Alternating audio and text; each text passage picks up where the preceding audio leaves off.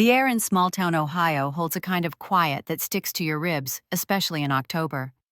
I remember the morning of my father's wake with too much clarity.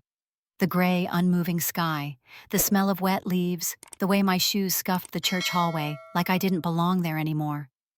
I hadn't been back in nearly 2 years, not since Dad got sick. I'd called off and sent cards, made the weekend drives from Columbus when I could, but Rachel had always lived closer, 30 minutes, not 3 hours, and so naturally she took the reins. She always did. Rachel, my older sister by 5 years, had been in control of our world since Mom died when we were teenagers. She grew up fast, sharp-edged, and efficient, while I leaned softer, more observant, better at making space than taking it. She organized the wake like a corporate event. Flowers coordinated schedule, printed casseroles delivered and labeled in neat foil-covered trays.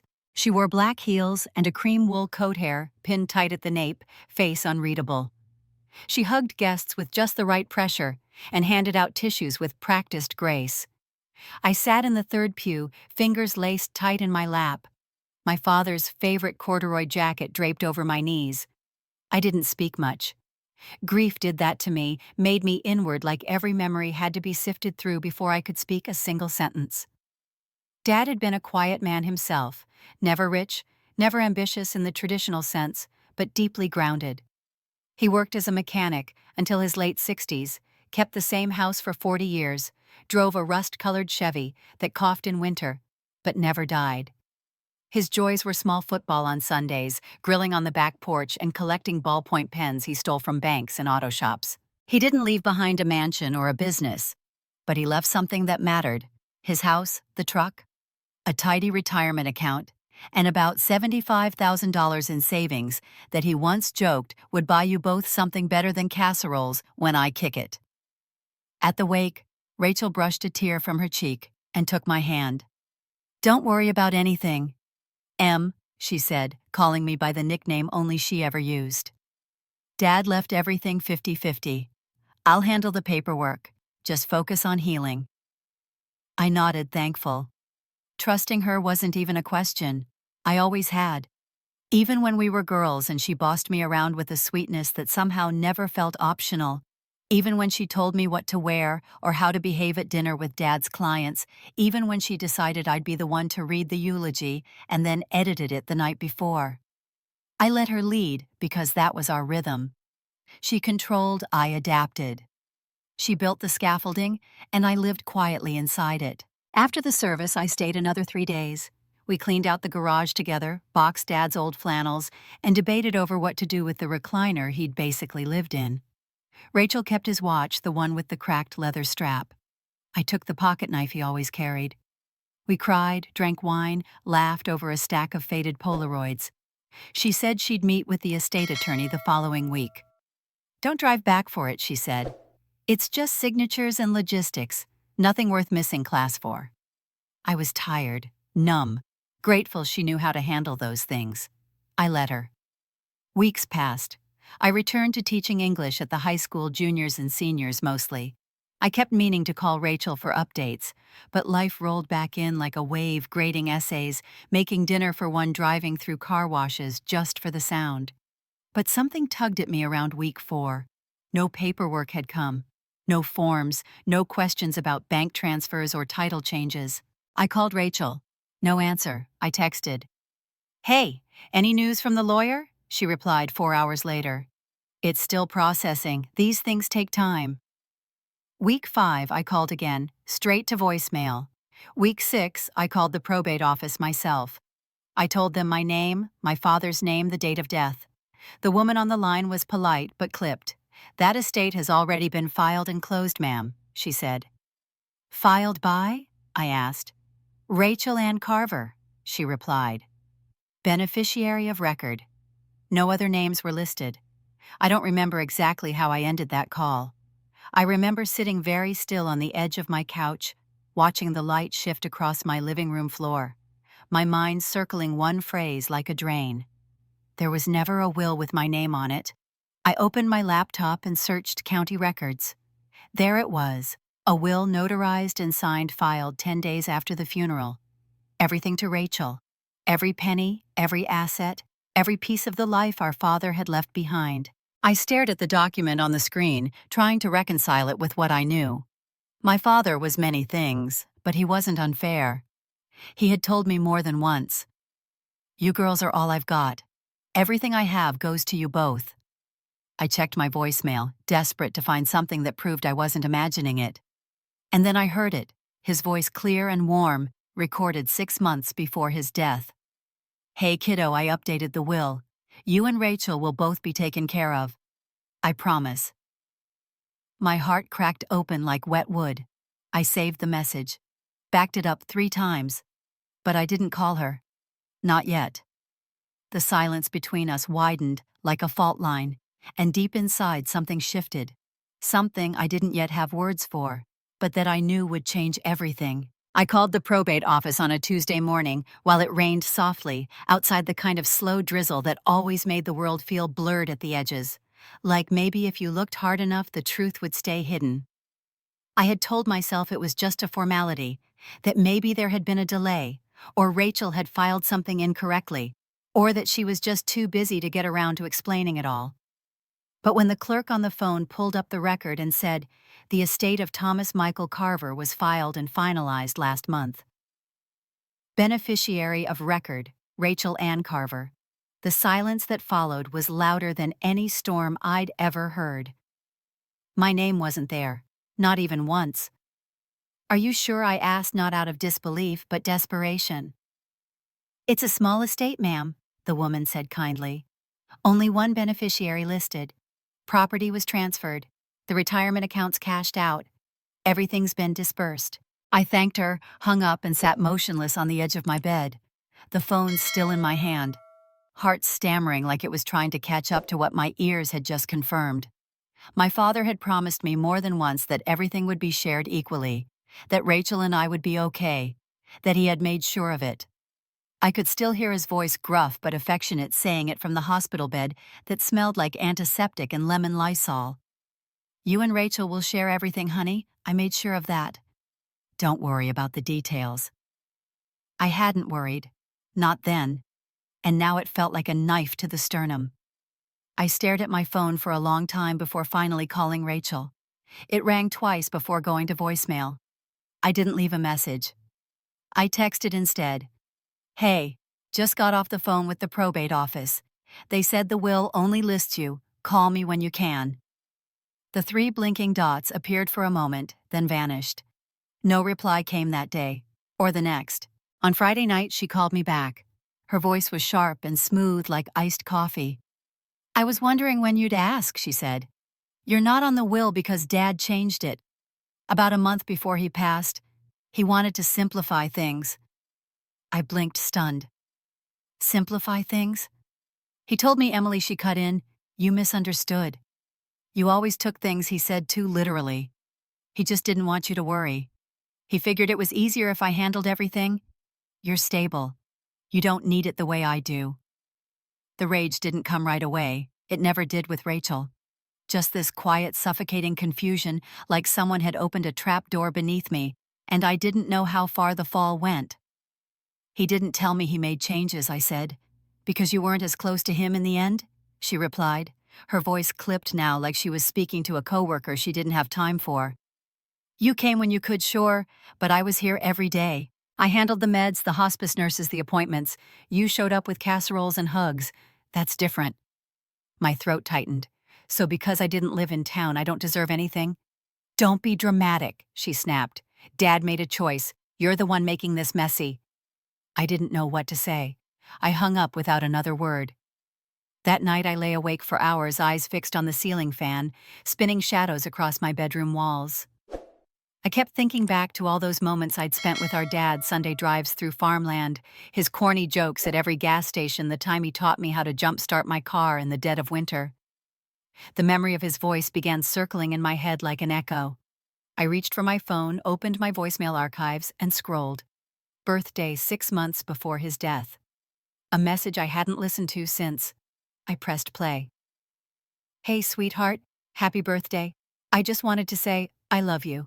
Oh, and I updated the will last week. You and Rachel are both listed now. I'm doing everything I can to make sure things are easy fare." You girls take care of each other, okay? My chest collapsed inward like something sacred had been knocked loose. I played it again, then again. Then I forwarded it to my email, downloaded it, saved it in 3 different folders, and uploaded it to cloud storage. It wasn't legal proof, not yet, but it was something. A string in the web. And more than anything, it was my father's voice on record saying I mattered, saying I was seen. Rachel's words that afternoon kept crawling through my head like thorns. You weren't close enough to be on the will anyway, as if love were a ledger, as if proximity measured worth. I knew Rachel, knew how she operated when no one was looking. The well-timed charm, the quick paperwork, the tone that could shut down a room. But what I didn't know, what kept me pacing my kitchen floor at midnight, hands cold and mouth dry, was how far she was willing to go to erase me. Because that's what this felt like. Not a misunderstanding, not a legal technicality. A quiet erasure. Like I had been painted out of the family portrait and left to stare at the empty space where my face should have been. I didn't know what came next. I didn't have a plan. But I had that voicemail. I had my memory. And I had a new awareness sitting heavy in my gut. Rachel hadn't just inherited our father's estate. She had stolen it. Grief doesn't always scream. Sometimes it sits quietly in the corner of the room, rearranging your life without permission. After the call with Rachel and the voice message from Dad, I didn't pick a fight.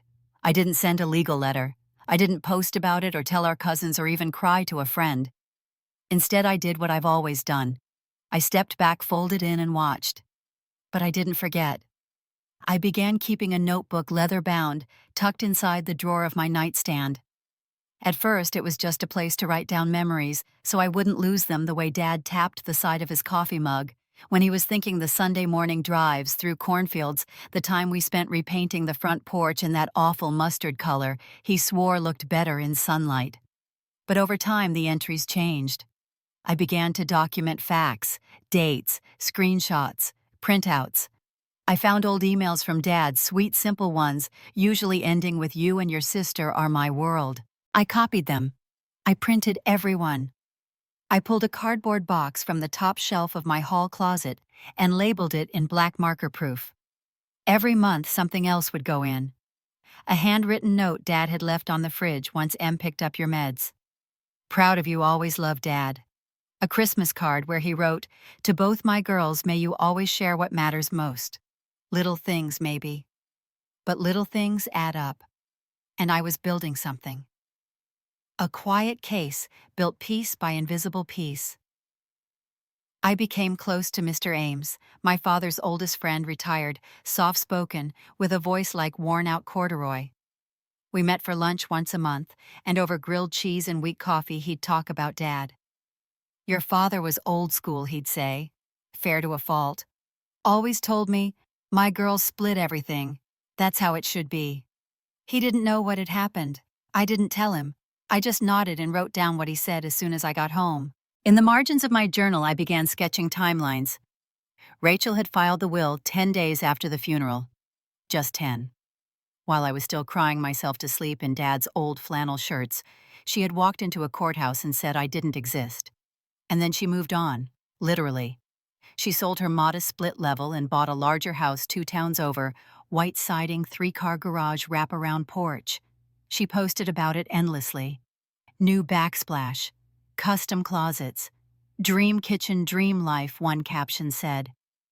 I watched her stories quietly, thumb hovering over the screen. She was building a life on something she stole. But I didn't say a word. I just wrote it down. I thought often about the things I had done for our father that no one had seen. Driving back and forth with his prescriptions, helping him bathe when the nurse was late, cleaning out the fridge, when food went bad after chemo. Rachel had done her part. Yes, managing bills, calling doctors. But the labor I did was softer, quieter, the kind that never gets logged, but lives in the bones. I remembered one December morning when Dad's hands were shaking so badly he couldn't tie his shoes. I knelt on the kitchen floor and laced them for him like I was 5 again, and he was a mountain. That memory stayed with me more than the betrayal. It reminded me of what kind of daughter I had been, what kind of person I still was. Months turned to a year. then 2, then 3. Time passed quietly and unevenly. I taught my classes. I kept my house plants alive. I went on first dates that led nowhere. Rachel kept up appearances, gala dinners, charity events, new furniture. And I let her. Until one spring weekend, while organizing a closet in the garage, I stumbled across a dusty box labeled Kitchen Tech. Dad. I hadn't seen it since we cleared out the house. Most of it was junk cords, batteries, a broken toaster. But at the bottom, nestled beside a coffee-stained user manual, was the old home assistant device I'd helped him set up 3 Christmases ago. I held it like a relic, brushing the dust off with the edge of my sleeve. It powered on. That surprised me. Even more surprising, it was still synced to Dad's account. I opened the app on my phone and tapped through old commands, weather checks, reminders for medication, shopping lists. And then I found the recordings. Dozens of them. Routine snippets mostly. Set timer for 10 minutes. Play jazz radio. Call Rachel. But one entry dated 6 days after the funeral caught my eye. No transcription, just a blank title and a timestamp. I hesitated, thumb hovering over the play button. Then I pressed it. The audio clicked on. Rachel's voice filled the room, low and sharp. "No, I'll handle the will. She won't question it. She never does." Silence. A pause. Then her voice again. "Honestly, it's better this way. Emily's too sensitive for this stuff." The recording ended. My breath caught in my throat. I played it again. And again. My hands trembled as I emailed it to myself, then copied it to 3 different flash drives. It was real, and she had said it out loud. In my father's house, 6 days after burying him. I sat on the garage floor with that device in my lap, heart pounding in my chest, and understood something I hadn't been ready to admit until that moment. This wasn't just betrayal, it was premeditated. It was calculated. And now I had proof. Not just of what she did, but of who she believed me to be. She thought I'd stay silent forever. But silence doesn't mean surrender. Sometimes it's strategy. And I had waited long enough. After that day in the garage, I didn't sleep properly for almost a week. Not from fear, from focus. I kept the device on my nightstand like a sacred artifact, plugging it into a new charger and tiptoeing around it like it held a living pulse. Each night after grading papers or reheating leftovers, I sat with it headphones on, scrolling through voice logs and audio clips, careful not to miss anything. What I found made my breath slow and my mind sharpen. The recordings weren't just casual reminders or grocery lists. They were fragments of conversations, some barely 30 seconds long, others closer to a minute or two. Most were benign, but scattered among the white noise of daily life were moments that changed everything. There was one where Rachel's voice, calm and businesslike, said, "Just read what I wrote, Dad. It doesn't have to be final. This is just to get things started so we don't run into trouble later." His voice followed, groggy, uncertain. "You sure Em's okay with this?" Another clip had her saying, "It's temporary. We'll revise it once the paperwork's smoother. I'm just listed for now."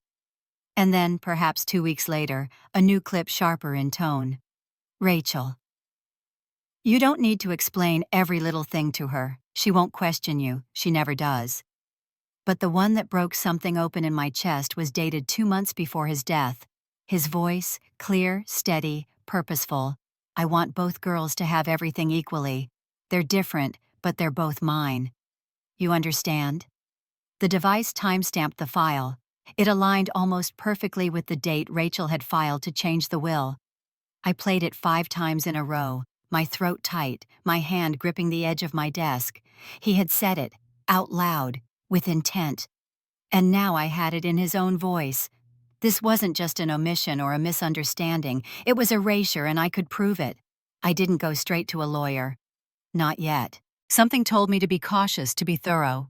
Instead, I made an appointment at the local university's legal clinic, a program where advanced law students worked under experienced attorneys, offering free consultations. I emailed ahead, included one of the cleaner recordings and a typed note, "Inheritance dispute. Potential voice evidence. Would appreciate guidance." I sat in the waiting room with the worn carpet and buzzing light fixtures, holding a small folder of printed transcripts and a flash drive like it was an amulet. A second-year student named Mara greeted me. Kind eyes, quick mind. She led me into a glass-walled conference room and asked for the basics. I told her what I could, careful not to let emotion cloud the timeline. Then I handed her the flash drive. She put in earbuds, clicked around, and for a full 10 minutes didn't say a word. When she finally looked up, her face was pale. This is a lot, she said softly. And it's clear. He says it clearly. She brought in her supervisor, an attorney named Jeff with silver-rimmed glasses and the cautious air of someone who'd seen too many families tear themselves apart over money. He listened, then leaned back and said, "You may have a case to reopen the estate, but you'll need verification, certified time-stamping, audio analysis, a tight chain of custody. If this goes to court, her attorney will fight it tooth and nail." I nodded. I'd expected that. I asked what my first step should be. Preserve everything he said. Organize. Corroborate the story with documentation. The more you can build a timeline around his intent, the stronger this becomes. I went home and started the work. I created a spreadsheet, dates, times, clips, notes. I labeled folders by month, then by category: intent, contradiction, Rachel persuading Dad's wishes. I matched voice clips to the email trail I'd printed months earlier, lining up phrases like puzzle pieces. I found a voicemail he'd left me on a random Wednesday where he said I talked to Rachel. "I don't want to complicate anything. You both deserve the same." That went in the intent file. I made backups. Stored one flash drive in my school desk, another in a lockbox. I emailed one to myself and encrypted it. I wasn't just grieving anymore, I was preparing. Rachel, of course, knew nothing. She continued her life of curated perfection. New backsplash in the kitchen, thankful Thursday's posts featuring wine and candles. I watched silently, and each time she smiled into the camera, I remembered the recordings. One night while cross-referencing dates, I found one I'd missed buried under an automatic update log, time-stamped a week after the funeral. It was short, 21 seconds. I pressed play. Rachel's voice. "No, I'll handle the will. She won't question it. She never does." A pause, then a low chuckle. "She still signs birthday cards with hearts." The laugh echoed in my headphones long after the clip ended. It was the sound of someone who believed they'd already won. Someone who thought kindness was weakness. Who thought stillness meant absence. But she didn't know what I had built in silence. She didn't know the truth was sharpening in my hands. And she had no idea that one day it would speak louder than her laughter ever could. The week after I met with the legal clinic, I hired an attorney named Sarah Whitmore, a woman with steel gray hair, sharp eyes, and the calm demeanor of someone who's dismantled more than a few carefully constructed lies. Her office sat on the second floor of an old brick building downtown, filled with the scent of lemon polish and the faintest trace of lavender tea. She greeted me in a navy pantsuit and asked if I preferred to speak in the conference room or her office. I chose the office. It felt more human there, less procedural. I handed her the flash drive, the transcripts, my printed spreadsheets, and a folder of emails and notes. She looked through them, not hurried, not surprised like she'd seen it before, but still respected the pain inside each page. After an hour of review, she looked up and said, "This isn't just suspicion. This is structure. These recordings, if verified, could be grounds to reopen the estate, especially given the way your sister filed." I frowned. "What do you mean?" Sarah leaned back slightly. "She didn't go through full probate. She filed under summary release. Ohio lets heirs do that if they claim to be the sole beneficiary.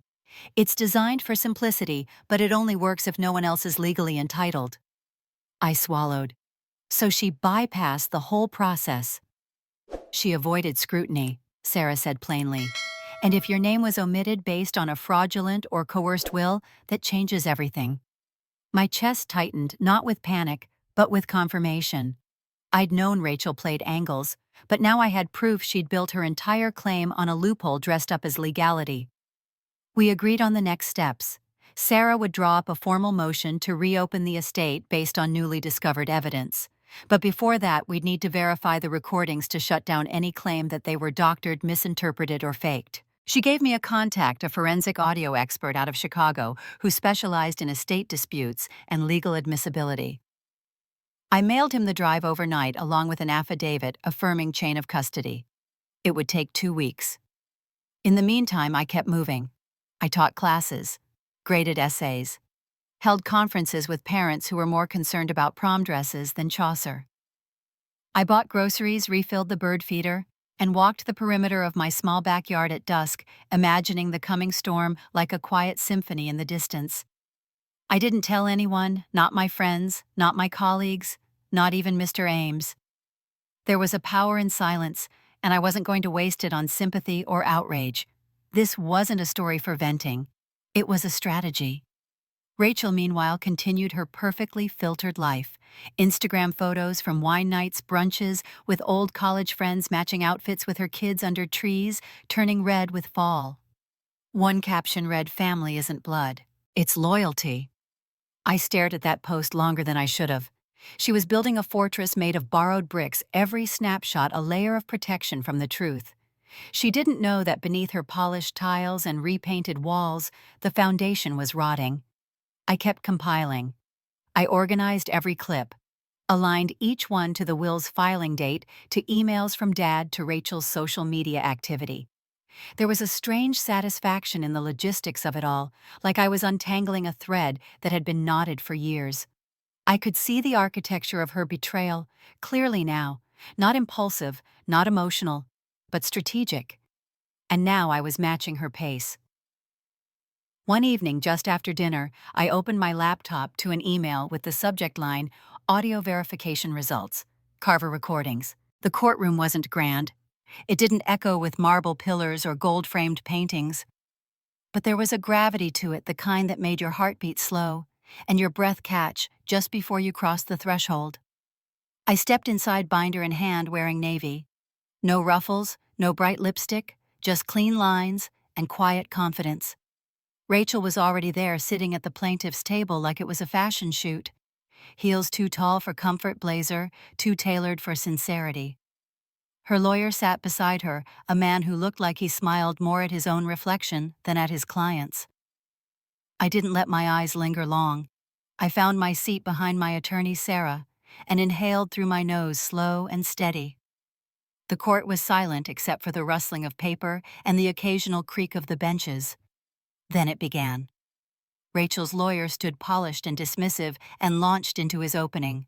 His voice dripped with arrogance as he called the case an unfortunate misunderstanding built on grief-clouded judgment and irrelevant personal recordings with no legal merit. He cited privacy laws waved vaguely at selectively edited evidence, and even managed to suggest I might have misremembered my father's intentions. I didn't flinch. Sarah didn't blink. When it was her turn, Sarah stood with the kind of calm that only comes from experience. "Your Honor," she began, her voice firm but warm, "we're not here to argue feelings. We're here to establish intent and truth, and we have both recorded." She explained how the audio files had been retrieved, authenticated, and matched to a timeline that aligned with the supposed creation of the final will. "We will show that the deceased explicitly stated his intention for both daughters to receive equal shares," she said, sliding a copy of the expert verification to the clerk. The judge, an older woman with eyes like polished steel, raised an eyebrow. "You have recordings of the decedent stating his intentions?" Sarah nodded. "Several, all time-stamped, none edited. One of them includes the decedent saying, quote, 'I want both girls to have everything equally.'" That sentence hung in the air like a bell. For a moment the room held its breath. Rachel's lawyer jumped to his feet, objecting to the admissibility. "These were not obtained through formal legal channels. They're from a personal device. The deceased may not have even known he was being recorded." The judge tilted her head. "Yet he spoke his mind clearly, did he not? And your client appears in some of the recordings as well." A flicker of panic crossed Rachel's face. She hadn't expected the judge to take it seriously. She'd walked in wearing smug like perfume. Now it was beginning to sour. The audio clips were played in closed session, just the judge, the attorneys, and myself. Not for public ears. I sat there spine straight as my father's voice filled the quiet. In one recording, he said gently, "I don't want fighting after I'm gone. The girls will share everything equally." In another, Rachel's voice, hushed and sharp, coaxed him. "Just sign this for now. It'll make things easier. We can sort out the rest later." Her words were casual, but her tone was a wedge. She'd made it sound harmless, temporary, but it wasn't. The final recording hit like a slow, cruel dagger. Rachel, a day after the funeral, chuckled to someone over speakerphone. "She won't ask. She's always been the quiet one. She still signs birthday cards with hearts." That was what she thought of me. A grown woman who still signed with hearts. Dismissible, soft, powerless. The judge called the full hearing back into session. Rachel didn't meet my eyes. Then I was asked to testify. I stood my knees steady, swore the oath, sat behind the microphone, and looked only at the judge. "My father was a quiet man," I said, "but he believed in fairness, and he told me more than once that Rachel and I would share his estate. I didn't challenge what happened 3 years ago because I was grieving, and because I believed my sister when she said she'd handle the paperwork." I paused. It took me time to find the truth. Not because I was afraid, but because I wanted to be absolutely sure. Sarah passed me the binder. I opened it. Inside were the authenticated audio files, a timeline of Rachel's actions, and my father's old birthday voicemail, the one where he said, "You and Rachel are both listed now." I handed them over to the court officer without a word. When I looked up, Rachel was ghost pale. She shifted in her seat. Her lawyer whispered something, probably a reassurance, but even he looked unsure now. The judge took a long pause before speaking. "Given the presented audio evidence, corroborating documents, and the questionable nature of the current will's execution, I am ordering a formal review of the estate. I find cause to suspend the current probate outcome pending further examination." Rachel inhaled sharply. Her heel tapped nervously beneath the desk. The confidence she walked in with was dissolving like sugar in tea. As we rose to leave the courtroom, air seemed heavier, not with defeat, but with reckoning. I didn't smile. I didn't look at Rachel. I just gathered my binder, nodded at Sarah, and walked down the center aisle, my shoes clicking against the tile. The same rhythm Rachel had strutted in with hours before, now replaced by something quieter, stronger. Outside, the sky was soft with late afternoon light. I didn't look for validation in the eyes of the onlookers. I didn't need it. The house of cards she'd built was trembling now, and all I'd brought to court was the truth carried in a binder and spoken without a raised voice. Sometimes the softest voice can shake the walls. It didn't happen all at once, but piece by piece the illusion she'd built began to fracture. The probate judge's order triggered a deeper review, and the investigators, quiet men in modest suits with tired eyes and efficient questions, began peeling back layers of Rachel's tidy narrative. They traced her filings, compared timestamps, requested communication records, and spoke with staff at the local clerk's office. And what they found wasn't just a misunderstanding, it was manipulation. She had rushed the filings through under a summary release clause, claiming there were no other rightful heirs. She'd signed off with a single witness, never informed me of the deadline to contest, and submitted a letter fabricated, it turned out, claiming I had declined my interest in the estate. A bold lie, a confident one, the kind of lie you write when you think no one will ever read it. My attorney, Sarah, called me one evening, voice calm, composed. "She may be charged with inheritance fraud," she said. "They've already confirmed paperwork inconsistencies. They're reopening the estate fully under supervised review. You'll be contacted by the court." I didn't cry. I didn't cheer. I sat down at my kitchen table, turned off the stove, and stared at the half-boiled kettle until it stopped hissing. Not because I was numb, but because something in me had finally stilled. For 3 years I'd carried around the weight of doubt, confusion, silence. Now that weight was shifting to her. She didn't post about it, of course. Her curated online life grew suddenly quiet. No more photos of her brunch spreads. No wine glass reflections under golden hour light. Mutual friends reached out, careful with their words. Is everything okay between you two?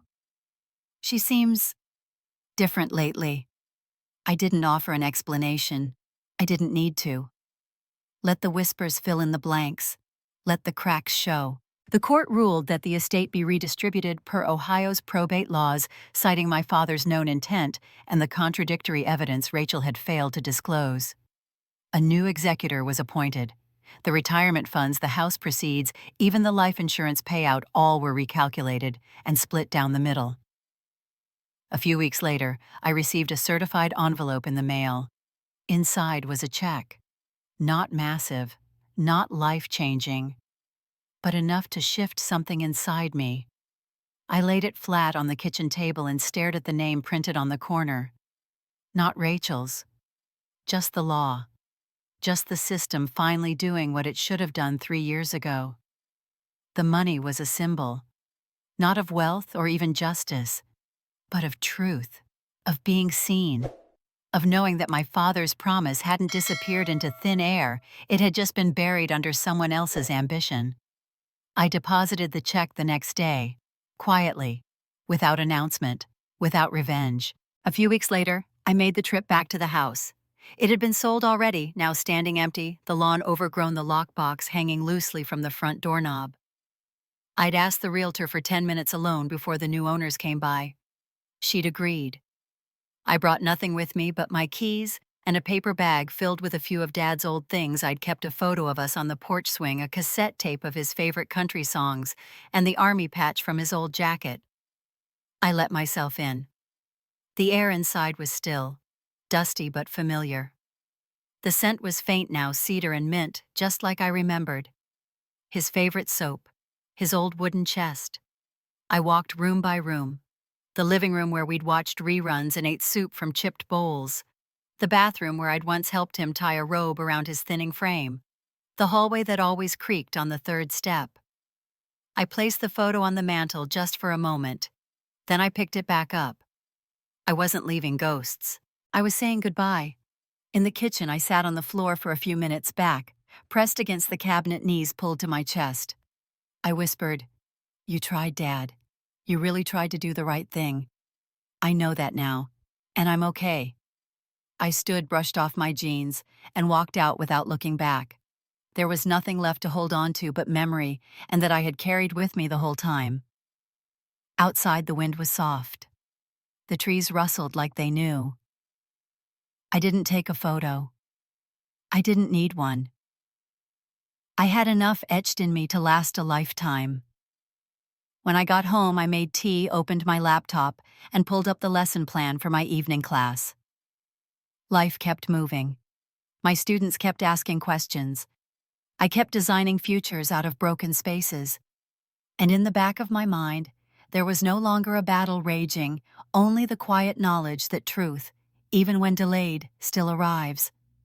And sometimes it looks nothing like vengeance. Sometimes it just looks like a woman standing in a quiet room saying goodbye to a house that was hers all along. It was a warm Saturday in late spring, the kind where windows stay cracked open and the scent of lilac sneaks through the screens.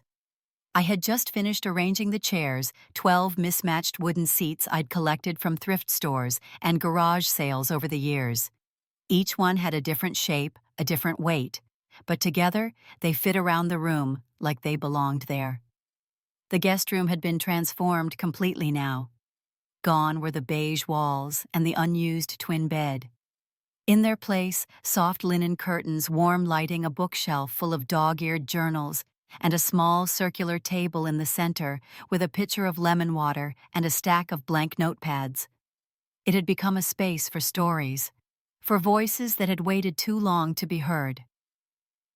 That morning I was hosting my third writing circle, a small workshop I'd started 6 months after the estate was settled. The women who came were all in some quiet phase of rebuilding. A widow who had lost her husband of 40 years. A newly single mom navigating custody court. A retired nurse who had just begun speaking again after decades of silencing herself for the sake of peace. We didn't call it therapy. We just called it writing.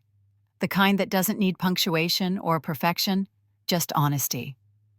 On the wall above the desk in a narrow black frame hung a printed transcript of my father's final voicemail. "You and Rachel are both listed now," it read in soft serif font. That message had once broken my heart. Now it held it steady. Some days I still listen to the original recording, just his voice warm and deliberate saying the words with care. Not because I needed proof anymore, but because it reminded me of the man he really was. The kind of man who believed in fairness, who tried to do the right thing, even when he couldn't see the storm coming. Life now was quiet. Not dull, just settled. My days were full in the simplest of ways. I taught literature to teenagers during the week, their questions about symbolism and character arcs, grounding me in the present. I wrote in the early mornings, while the dog my rescue mutt Hazel curled beside my feet. I hosted the workshop once a month, always on a Saturday, always with fresh flowers on the windowsill. There was no mansion, no magazine spread, no dramatic reinvention, just a life that finally felt honest, a life I didn't have to perform for anyone. Every now and then Rachel's voice still echoed in my mind. Not sharp like before, not cutting, just a shadow of faded page I'd long since turned. Sometimes I'd remember the way she looked at me in the courtroom, tight-lipped eyes, darting heels suddenly too tall. Other times I'd recall her laugh in that recording. She still signs birthday cards with hearts. That version of me, the one she underestimated, was still here. But she'd evolved. I hadn't stopped signing with hearts. I'd just stopped signing my power away with them. That afternoon, as the women in the circle scribbled in their journals, and the breeze played with the edge of the curtains, I stepped into the kitchen to light a candle. The flame flickered and held. I returned to the room, pressed play on the small Bluetooth speaker, and let my father's laugh drift softly through the space. It was a short clip, only 7 seconds. Just him chuckling at something I'd said years ago while we were doing dishes, the clink of ceramic in the background. It had no context, no plot, but it had peace. One woman in the circle looked up and smiled. "Who's that?" she asked gently. "My dad," I said. "Just a piece of him I kept." She nodded. We returned to our pens. Outside, the wind rustled the trees just enough to remind me the world was still moving. But inside that little room we were still, present, free. Later that night, after everyone had gone, I stood in the doorway of the writing room, tea in hand, Hazel asleep in her corner bed. I looked around the space I had built out of grief, out of silence, out of truth, and felt something I hadn't allowed myself to feel for a long time.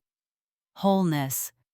Not because I'd won anything, not because justice had finally tipped in my favor, but because I had learned to let truth do what rage could not, to let silence speak when shouting would only echo. My sister had tried to take what was mine. She'd tried to bury me in ink and arrogance.